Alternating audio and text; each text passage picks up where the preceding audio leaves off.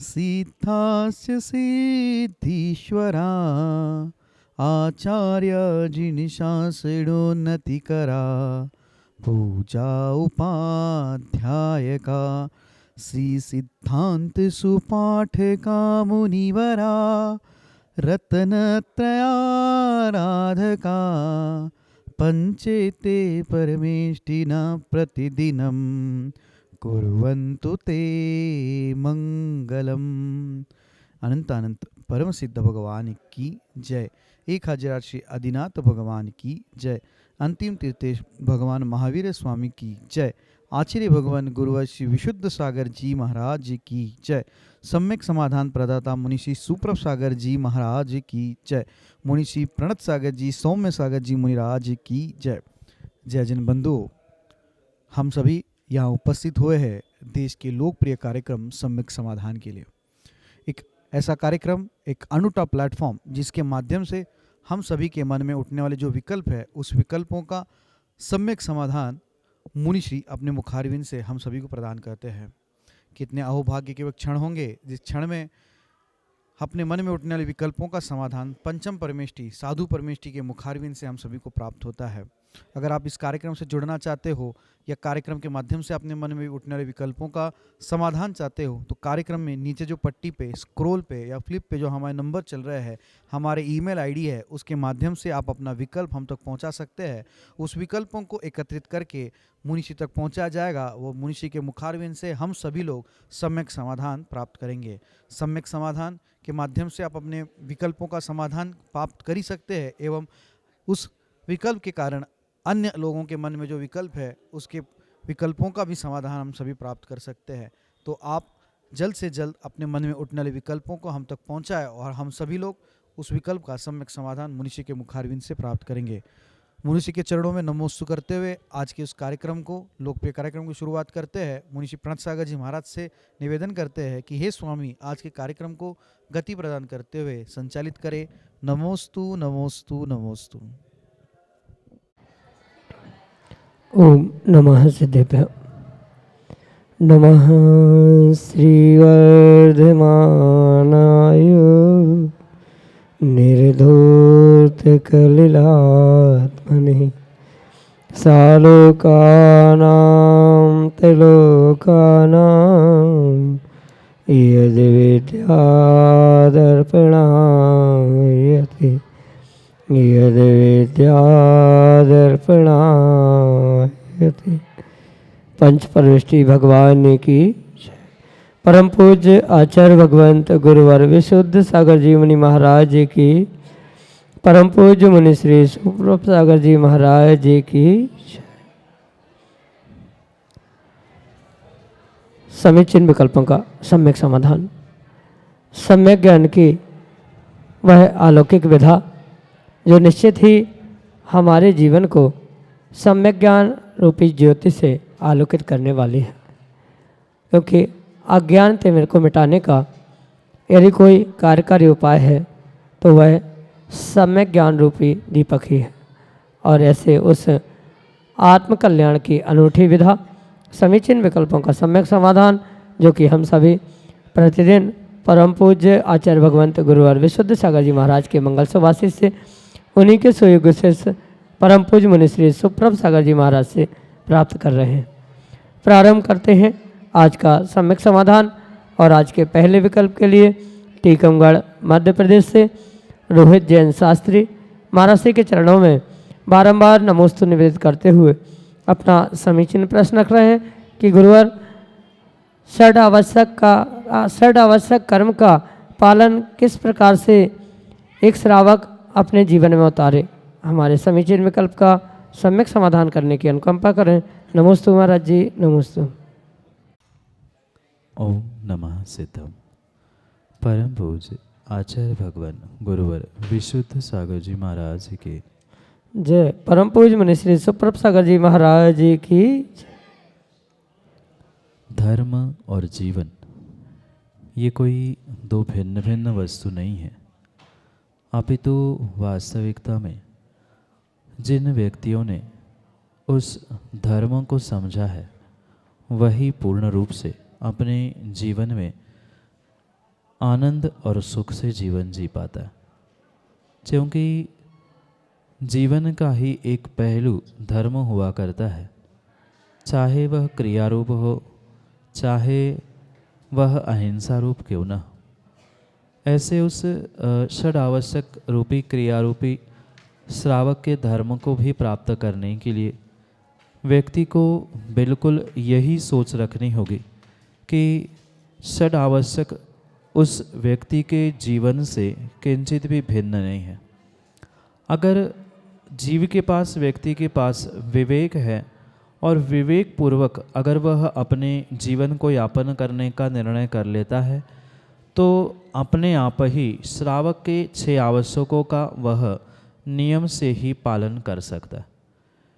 क्योंकि जो एक सुखमय जीवन की कल्पना व्यक्ति करता है, ऐसे उस सुखमय जीवन की कल्पना के लिए जीव को इन 6 आवश्यकों को, जो कि श्रावकों के देव पूजा, गुरुपासी, स्वाध्याय, संयम, तप और दान रूपी कहे हैं, उनको बिल्कुल वैसे ही व्यवस्थित रूप से समझने की आवश्यकता हुआ करती है।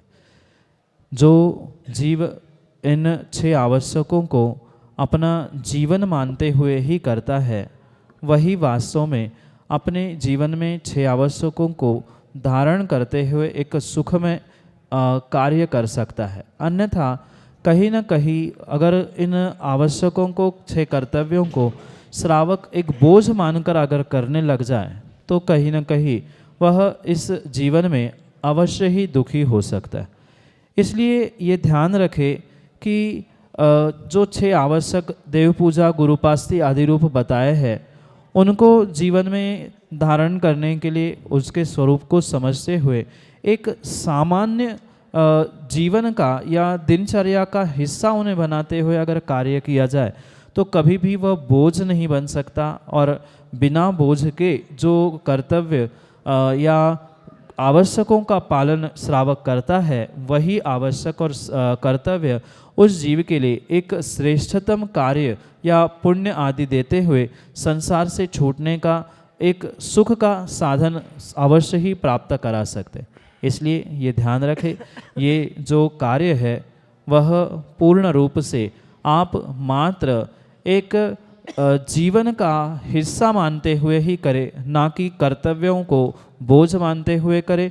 इसलिए जीवन आप जो ये 6 आवश्यक है, एक दैनिक रूटीन की भांति सुख के साधन जीवन के निमित्त मानते हुए करने से ही वह सहजता से आप उसे धारण कर सकते हो।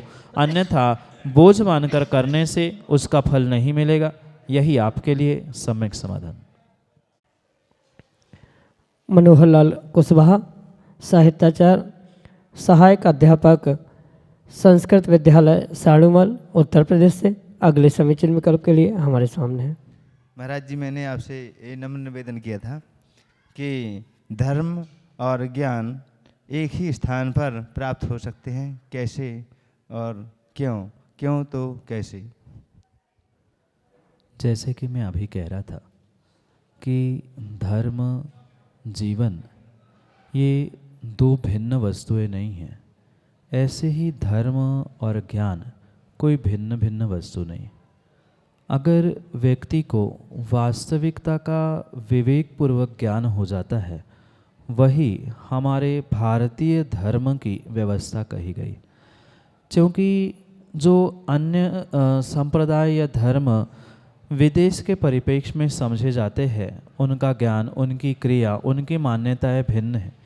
पर अगर भारतीय धर्मों के विषय में हम समझें, तो किसी भी प्रकार से धर्म, ज्ञान, जीवन ये भिन्न भिन्न नहीं है, अपितु एक साथ ही युगपत चलने वाले ही है।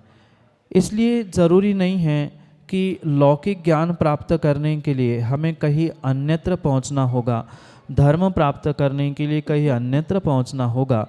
अगर व्यक्ति उस अपने जीवन को, अपने कर्म को ही पूजा के समान प्राप्त करे, जैसे कहावत है, work is worship, work as worship, दोनों में थोड़ा सा अंतर है।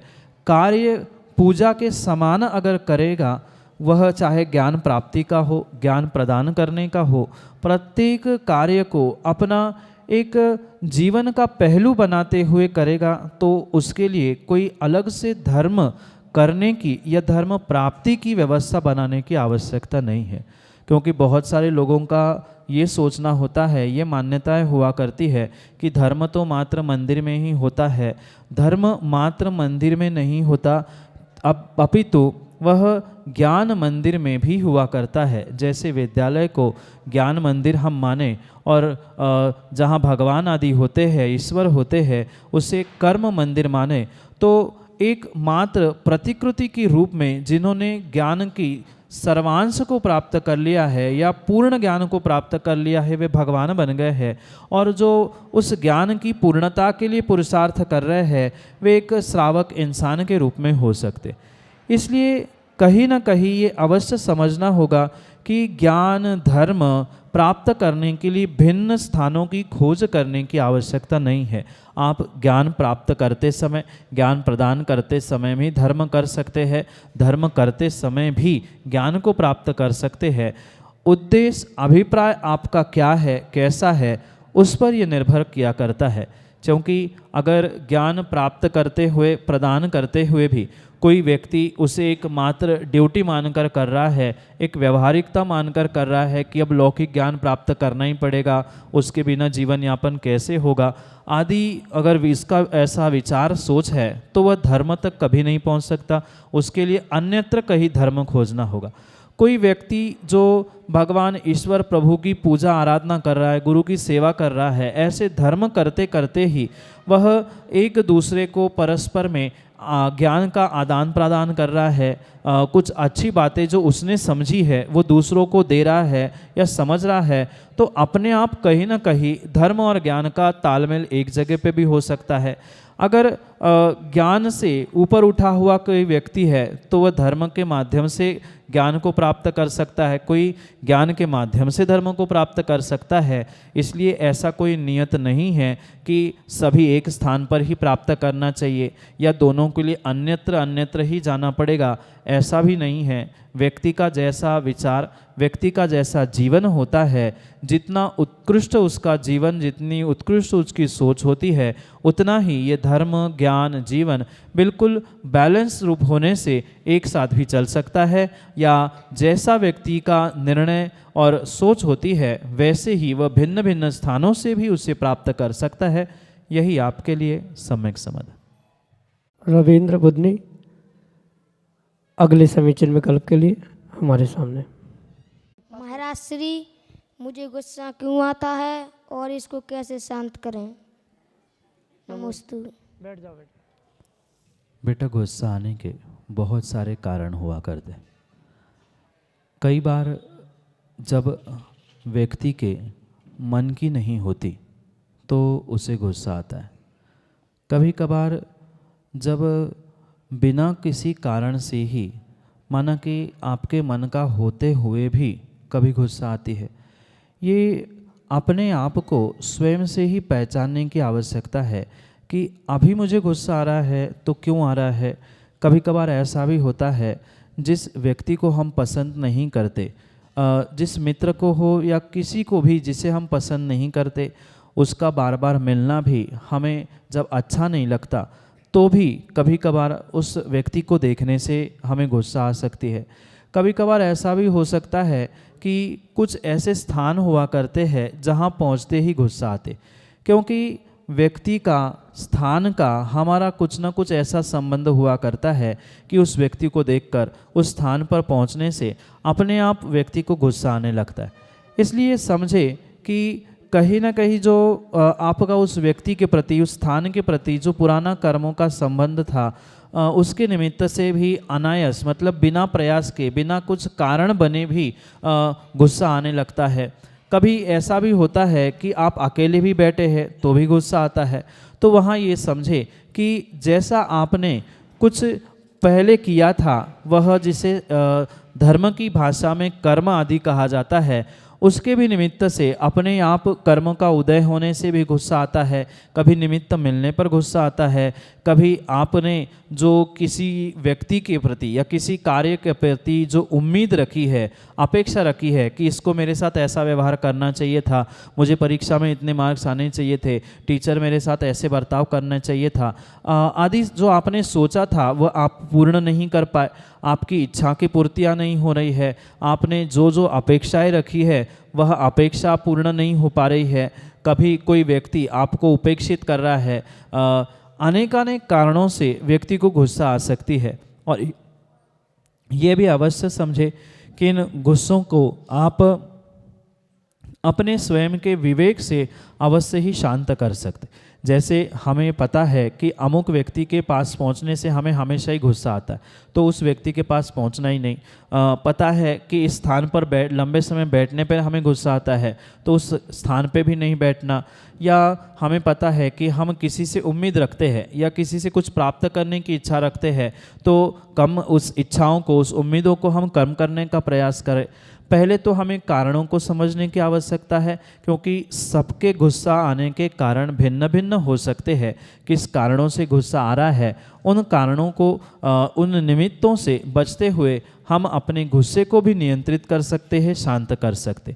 इसलिए सबसे पहले ये प्रयास किया जाए कि जो गुस्सा आ रहा है वह क्यों आ रहा है, किसी व्यक्ति के कारण आ रहा है कि अपने स्वयं की कमजोरी के कारण से आ रहा है। कभी कभार ऐसा भी होता है, खाने पीने के लिए व्यवस्थित नहीं मिलता है तो भी अपने आप अंदर से एक चिड़चिड़ापन आने लगता है, जिससे हमेशा हमेशा दूसरे के प्रति गुस्सा करना आदि भी कार्य देखने में आता है। इसलिए पहले कारणों को समझे, किन कारणों से गुस्सा आ रहा है, फिर उसके अनुसार ही उन कारणों को ठीक करते हुए ही आप उस गुस्से आदि को शांत करने का प्रयास कर सकते हो। यही आपके लिए सम्यक समाधान। श्री महावीर दिगंबर जैन संस्कृत उच्चतर विद्यालय साड़ूमल से अगले समीचीन विकल्प के लिए राजकुमारी। महाराज श्री, वर्तमान में व्यक्तियों को नरक गति मिलती है या नहीं? नमोस्तु भगवान। नमोस्तु। सभी कालों में चारों गतियाँ हुआ करती है। वर्तमान में भी जो काल है उसमें भी तिर्यंच गति, नरक गति, देव गति और मनुष्य गति हुआ करती। भले ही वर्तमान में आप नरक गति के और देव गति के जीवों को देख नहीं पाते हैं, मात्र मनुष्य और तिर्यंचों को ही देख लिया जाता है। ये साक्षात प्रत्यक्ष दोनों गति होने पर भी ये अवश्य समझे कि वर्तमान में भी नरक गति होती है और देव गति भी हुआ करती, क्योंकि कुछ पंचम काल की, वर्तमान काल की मर्यादाएं हैं, जिस कारण से जीव साक्षात नरकों में जाकर नरक गति के जीवों से मिल नहीं सकता या नारकी ऊपर आकर आपसे मिल नहीं सकते। इसलिए प्रत्यक्ष प्रमाण से नारकी जीवों को देखना, नरक होता है आदि की अनुभूति करना ये संभव नहीं हुआ करता। पर ये अवश्य समझे कि वर्तमान में भी नरक है और वर्तमान में भी नरक गति का जीव बंध कर सकता है। कहने का तात्पर्य ये है, वर्तमान में जो आपस में लड़ते हैं, झगड़ते हैं, मारपीट करते हैं, गुस्सा करते हैं, ऐसे जो जीव होते हैं वह आने वाले समय में, मतलब इस पर्याय से, इस मनुष्य बनने के बाद, यहाँ मरण होने के उपरांत पुनः अगले समय में, अगली स्थान, अगली पर्याय उनको नरक गति की ही मिलती है। इसलिए ये ध्यान रखें, पंचम काल में यानी वर्तमान में आप जैसा जैसा कार्य करोगे वैसा वैसा फल आपको आने वाले समय में, अगली पर्यायों में, अगले भवों में मिलेगा। पंचम काल में भी यानी वर्तमान काल में भी नरक गति हुआ करती है। अगर आज व्यक्ति मात्र परस्पर में लड़ाई झगड़े के काम करता है, क्योंकि ये तो शायद पता होगा आप सभी को कि नरकों में मात्र एक दूसरे को मारना, काटना, पीटना, पीड़ा देना, कष्ट देना, एक दूसरे की चुगली करना, गुस्सा करना आदि ही कार्य नरकों में हुआ करता है। और जो वर्तमान में ऐसा कार्य करता है, कहीं ना कहीं वही नरकों में जाकर पुनः वही कार्य करने के लिए वहाँ तड़पता है, दुख भोगता है, परेशान होता है। इसलिए वर्तमान में भी वह नरक गति में बहुत सारे जीव है और आज जैसा आप कार्य करोगे आने वाले समय में भी पुनः नरक गति में वह जीव पहुंचने की संभावना होती है। त्रैकालिक नरक गति और चारों गतियां हुआ करती है। यही आपके लिए सम्यक समाधान। पंडित संतोष शास्त्री, साड़ूमाल, उत्तर प्रदेश से अगले समीचीन विकल्प के लिए। नमोस्तु जी, नमोस्तु नमोस्तु। सम्यक समाधान में चार काय के जीवों की चर्चा में जल, जल काय, जल कायक, जल, अग्नि, अग्निकाय, अग्निकायक और अग्नि में बल्ब में भी अग्नि है, उसे किस में लेंगे महाराज श्री? और जैसे जल में भी, नारियल में भी जल है, उसे क्या गिनेंगे? नमोस्तु महाराज श्री। समाधान। पंडित जी, पंच स्थावर जीवों के जो चार भेद आचार्य भगवंतों ने किए हैं, वहाँ बहुत सूक्ष्म अंतर के साथ, विवेक के साथ उनके भेदों को समझने की आवश्यकता है। जो जल, जल कायिक, जल काय और जल जीव है, उनमें बहुत सूक्ष्म अंतर है। जैसे सामान्य जल जो होता है उसे जल कहा जाता है, जो उस जल को ही अपना शरीर बनाकर जी रहे हैं वह जीव जल कायिक कहलाए जाते। जो उस जल से पूर्ण रूप से जीव निकलने पर मात्र जो शरीर रूप या निर्जीव रूप पड़ा है वह जल काय कहलाता है, और जो विग्रह गति में है जो जल जीव कहलाता। ये मात्र जल के विषय में नहीं, अग्नि के विषय में भी बिल्कुल हमें इसी प्रकार से समझने की आवश्यकता है।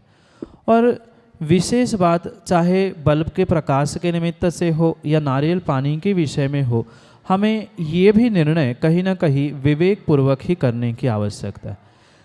पहली बात, जो बल्ब है वह पूर्ण रूप से अग्नि कायिक ही मानना होगा, क्योंकि भले ही वहाँ जो अल्प ऊर्जा उत्पन्न हो रही है, ऊष्मा उत्पन्न हो रही है, वह अग्नि कायिक जीव के रूप में ही उन्हें स्वीकार करनी होगी। और इसी निमित्त से जब मुनिराज आदि आहारचर्या करते हैं उस समय में विद्युत आना, बल्ब का प्रकाश हो जाना, बुझ जाना आदि कार्यों से वहाँ वह अंतराय आदि भी होते हुए देखने में आता है। इसलिए बल्ब का प्रकाश भी या बल्ब भी अग्नि कायिक है, ये परम सत्य है। रही बात नारियल के पानी की, जल की, वह किसी भी प्रकार से जल, जल कायिक, जल या जो ये चार भेद कहे हैं उनके अंतर्गत बिल्कुल भी नहीं है, क्योंकि वह एक फलों का रस है। अगर जल, जल कायिक या इनमें हम विभाजित करेंगे, स्थावर रूप मानेंगे, तो पूर्ण रूप से सभी फलों के रसों को भी वैसे ग्रहण करना पड़ेगा। नारियल का जल, नारियल का पानी किसी भी प्रकार से एकेंद्रीय जीव है ही नहीं है, वह मात्र और मात्र एक वनस्पति यानी उस पेड़ का जो फल का रस रूप ही उसे स्वीकार करना होगा। इसलिए ये अवश्य ध्यान रखें कि वह किसी प्रकार से स्थावर जीवों में नहीं आता। अग्नि कायिक में तो हम उन बल्ब और बल्ब के प्रकाश आदि को ग्रहण कर सकते हैं, पर नारियल पानी जल कायिक के रूप में नहीं ग्रहण किया जा सकता। न जल है, न जल काय, न जल कायिक, न जल जीव है। वहाँ तो वह वनस्पति का फल का रस जूस के रूप में ही स्वीकार किया जा सकता है। और ये भी ध्यान रखें, जो वहाँ जल का प्रासुकीकरण आदि होता है, वहाँ छानना, जो पानी का छानना है वह मात्र त्रस्त जीवों के निमित्त से ही कहा जाता है। छानने के बाद भी वह जल कायिक जीव नहीं मिटते, क्योंकि वह पूर्ण रूप से जल को ही अपना शरीर बना के जीते हैं। उनके लिए प्रासुकीकरण की विधि भिन्न है। छानने से मात्र त्रस्त जीवों का ही वहाँ निवृत्ति होना या दूर होना संभव है, अन्य किसी की नहीं। यही आपके लिए सम्यक समाधान। अगले समीचीन विकल्प के लिए साड़ूमाल विद्यालय से सार्थक। नमोस्ते महर्षि, नरक निगोद क्या है? जैसे कि आगम में चार गतियाँ बताई हैं, उन चार गतियों में नरक गति एक दुखदायी गति कही है। जो 3 लोक की व्यवस्था है, जहाँ सभी जीवों का निवास स्थान है, वहाँ सबसे नीचे जो अनंत जीवों का रहने का स्थान है उसे निगोद कहा है। और उसके ऊपर जो 7 भूमियों की व्यवस्था है, उन 7 भूमियों की व्यवस्था रूप वहाँ नरक समझना। जो परस्पर में लड़ना, झगड़ना, मारना, काटना आदि विपरीत कार्यों को ही मात्र करते हैं, ऐसे स्थान को ही वहाँ नरक कहा जाता है। नरक नाम की कोई वस्तु नहीं है, अभी तो एक स्थान है जहाँ पर मात्र परस्पर में लड़ाई झगड़ा, मारकाट आदि आदि रूप ही जो कार्य करने वाले जीव रहते हैं उसे ही नरक कहा जाता है। ना रति इति नारकी, यानी जिनको परस्पर में कभी भी किसी से प्रेम नहीं है, वात्सल्य नहीं है, एक दूसरे से कोई दुलार नहीं है, ऐसे जीवों का जो रहने का स्थान है वह नरक कहलाता है। और एक ही साथ जो अनेकानेक अनंत जीवों का रहने का जो पिंड हुआ करता है या उनका जो स्थान है वह निगोद का स्थान कहा जाता है, जो कि 7 नरकों के नीचे होता है।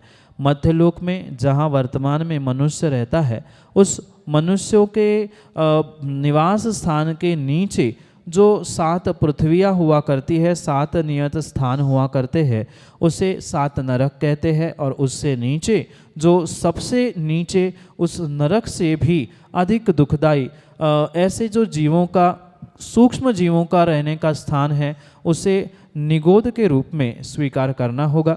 साथ में ये ध्यान रखें कि उस निगोद में इतने छोटे जीव होते हैं जो एक श्वास में 18 बार जन्म मरण करते हैं, वह परम दुख उनको वहाँ मिलता है। नरकों में भी मारकाट, पीड़ा, कष्ट आदि रूप भी दुख हुआ करता है। ऐसे उन दुख भरे स्थानों को ही नरक निगोद समझना, यही आपके लिए सम्यक समाधान। श्रीमती ममता बिलुआ, महरौनी, उत्तर प्रदेश से अगले समीचीन विकल्प करें। हे गुरुवर नमोस्तु नमोस्तु नमोस्तु। हे गुरुवर, मेरे उपवास व्रत चल रहे हैं श्री गारधर जी के, और हम 1234 व्रत करते हैं एक आसन से। उसमें मीठा, नमक, हरियाई, दही, तेल इन रसों का त्याग है। एक आसन व्रत करते हैं। हे गुरुवर, तो क्या हम उपवास में इन व्रतों की गिनती ले सकते हैं कि नहीं? व्रत जैसे ग्रहण किए हैं वैसे ही उन्हें पूर्ण करना और मानने की आवश्यकता है। अगर आपने एकासन से व्रत प्रारंभ किए हैं, किसी रस त्याग आदि से व्रत प्रारंभ किए हैं, तो उनकी संख्या किसी भी प्रकार से उपवास में नहीं ग्रहण की जा सकती। उपवास से अगर व्रत करने हैं तो आपको अलग से पुनः उन व्रतों को ग्रहण करना होगा, या अन्य कोई व्रत आप उपवास से करें। इन व्रतों को जैसे चल रहा है वैसे ही कार्य करें, पर किसी भी प्रकार से रस त्याग, एकासन आदि से किए जाने वाले व्रत उपवास में ग्रहण नहीं होते। उपवास का अर्थ चारों प्रकार के आहार का त्याग ही होता है। अन्य किसी प्रकार से उस क्रियाओं के साथ रस त्याग, एकासन आदि का समझौता उपवास से साथ नहीं किया जा सकता। यही आपके लिए सम्यक समाधान। जय जन बंधुओं, हम सभी लाभ ले रहे थे लोकप्रिय कार्यक्रम सम्यक समाधान का। प्रतिदिन की भांति यह कार्यक्रम 5:13 पे यूट्यूब चैनल सुप्रभ वाच के माध्यम से प्रसारित होता है। मुनिषी का नाम सुप्रभ और वाणी का पर्यायवाची नाम उवाच, सुप्रभ उवाच यह नाम चैनल का है। आप यूट्यूब पे सुप्रभ उवाच सर्च कर सकते हैं एवं सर्च करके इस यूट्यूब चैनल को सब्सक्राइब करें एवं उसका बेल आइकन प्रेस करें, ताकि मुनिषी की अधिक जानकारी एवं जो सम्यक समाधान आदि कार्यक्रम है उसकी जानकारी भी आपको उपलब्ध होती रहे। नोटिफिकेशन के द्वारा आपको याद रखने की ज़रूरत नहीं है। प्रतिदिन ठीक 5:13 पे यूट्यूब चैनल सुप्रभ वाच के माध्यम से यही कार्यक्रम प्रतिदिन शाम को 4 बजे आदिनाथ टीवी चैनल के माध्यम से भी प्रसारित होता है। ठीक 4 बजे आदिनाथ टीवी चैनल के माध्यम से सम्यक समाधान उपलब्ध होता है। शाम को 7:40 पे जिनवान टीवी के माध्यम से मुनिषी के प्रवचन विगत चातुर्मास्थली विदिशा में सुक्ति मुक्तावली इस अद्भुत ग्रंथ पे हुए थे, उस प्रवचनांश प्रतिदिन शाम को 7:40 पे जिनवा टीवी के माध्यम से प्रसारित होते हैं। आप सभी लोग घर बैठे सुक्ति मुक्तावली इस ग्रंथ का स्वाध्याय करते हुए मुनिषी के वाणी का लाभ ले सकते हैं। प्रतिदिन 2:30 पे 2:30 बजे मुनिषी के प्रवचन आदिनाथ टीवी चैनल के माध्यम से भी प्रसारित होते हैं। आप सभी लोग दोपहर को 2:30 पे आदिनाथ टीवी चैनल के माध्यम से भी मुनिषी के प्रवचन का लाभ ले सकते हैं। आज के लिए इतना ही। मुनिषी के चरणों में कोटिशा नमोस्तु करते हुए आज के इस लोकप्रिय कार्यक्रम को यहीं पे विराम देते हैं। नमोस्तु नमोस्तु नमोस्तु।